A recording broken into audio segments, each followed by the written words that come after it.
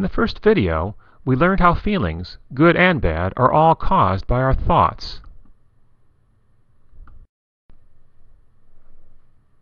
We learned about thoughts that make us feel good. I'm good at math. And other thoughts, poison thoughts, that make us feel bad. Who cares about math?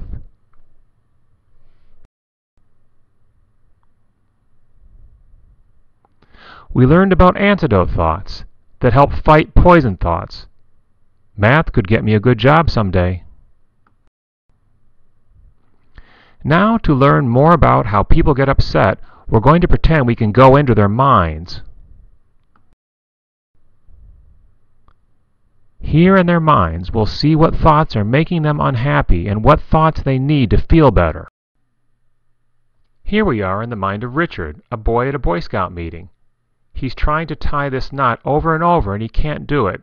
He thinks, "I'll never be a good Boy Scout." Think for a minute now about Richard and this poison thought that he'll never be a good Boy Scout.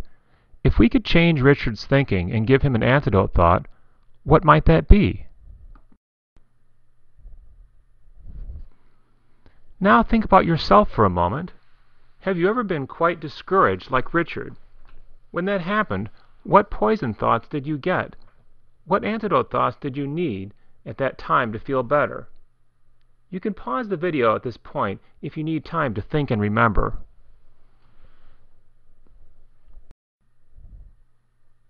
Now we're in the mind of Gerald, who's in his classroom. The teacher left the room for 2 minutes and Gerald and 5 other students are out of their seats and misbehaving when the teacher comes back in. Gerald gets sent to the office. The teacher is always picking on me, thinks Gerald. Think for a moment about Gerald and his poison thought.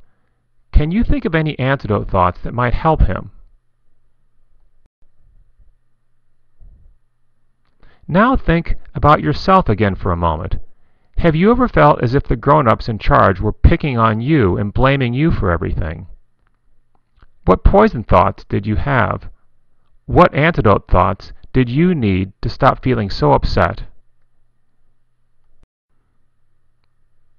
Now we're in the mind of Susan, who was with her dad in the car on the way to pick up her friend Cindy to go bowling. Susan always likes to sit in the front seat of the car. When Susan and her dad arrive at Cindy's house, the dad says, "Go sit in back with Cindy." Susan gets annoyed with her father and says, "That's not where I sit." Can you think of an antidote thought that might be useful for Susan? Think about yourself now. Sometimes people get into habits they don't like to change, like Susan not wanting to sit in the back seat. Try to remember a time when some habit of yours turned out annoying in some way to family or to a friend. What were your poison thoughts? And what antidote thoughts did you need at that time? We are in the mind of Brady, who is getting ready to play checkers with Dylan. Brady likes to use the red checkers when he plays.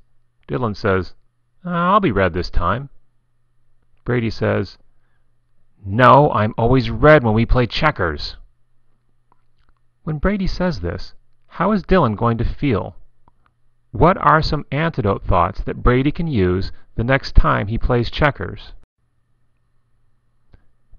Brady likes to play checkers, but only when he can force his friend to do it the way Brady wants. Think about yourself for a moment. Try to think of an example of when you were playing with someone and you got a little too pushy about making things go your own way. What were your poison thoughts at that time? And what antidote thoughts did you need? We are now in the mind of a boy named Roberto.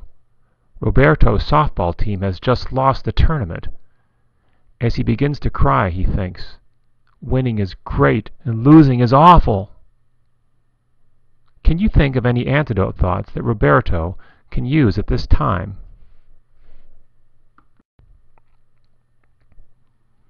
Everyone prefers winning over losing, and sometimes losing can be very, very disappointing.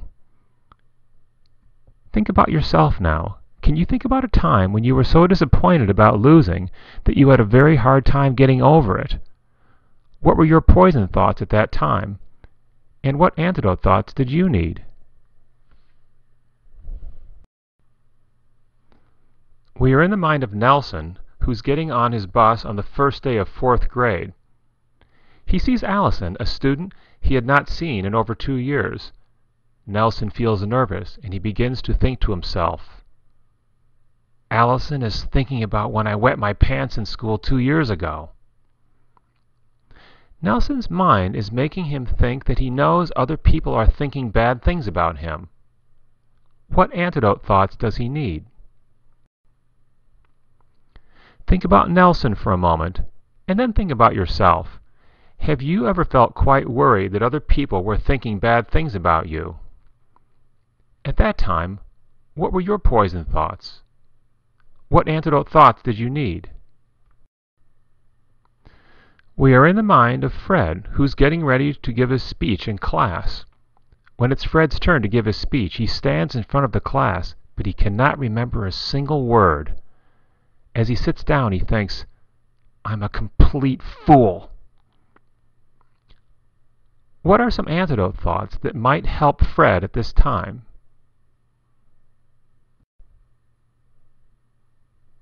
Can you think of anything that made you as nervous and embarrassed as Fred feels? When you felt that way, what poison thoughts were you getting? What antidote thoughts did you need to help you? We are in the mind of Julie. In the 7th grade classroom, Julie notices Frank staring at her. Back in 2nd grade, 5 years ago, Frank was really mean to Julie. Julie thinks, Frank is planning ways to start being mean to me again. What do you think? What is going on between Julie and Frank? Can you think of an antidote thought to help Julie? People often try, like Julie, to guess what someone else is thinking. Often people make the wrong guess. Can you think of a time when you thought that somebody was thinking bad things about you? At that time, what was your poison thought? What antidote thoughts did you need?